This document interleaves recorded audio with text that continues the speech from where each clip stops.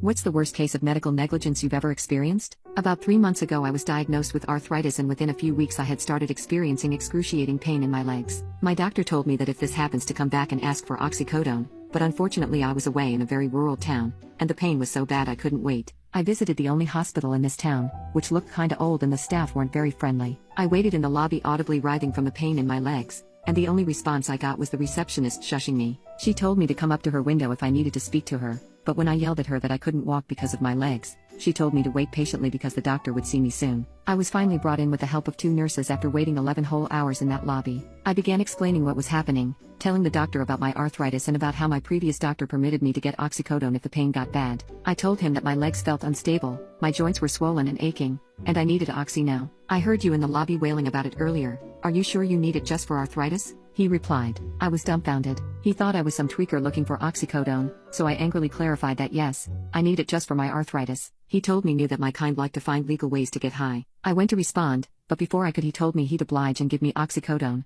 but only if I could prove I had arthritis. I asked him to check my medical records, but he said no. He said medical records could be faked and he wanted a much more practical exam. He told me to do 20 jumping jacks, and if during the jumping jacks he could observe genuine symptoms, he'd give me the oxycodone. I said this was ridiculous, but he insisted. I stood up and started doing the jumping jacks, and the pain was the worst I had ever experienced. I was on the verge of crying from it, when suddenly I felt my ankle completely give out. I collapsed onto the floor, and broke my hip from the fall. The doctor came over while I groaned in pain, and he told me he now believed me and I could have my oxycodone. I ended up suing this hospital for $300,000, and I'm currently in the middle of the lawsuit.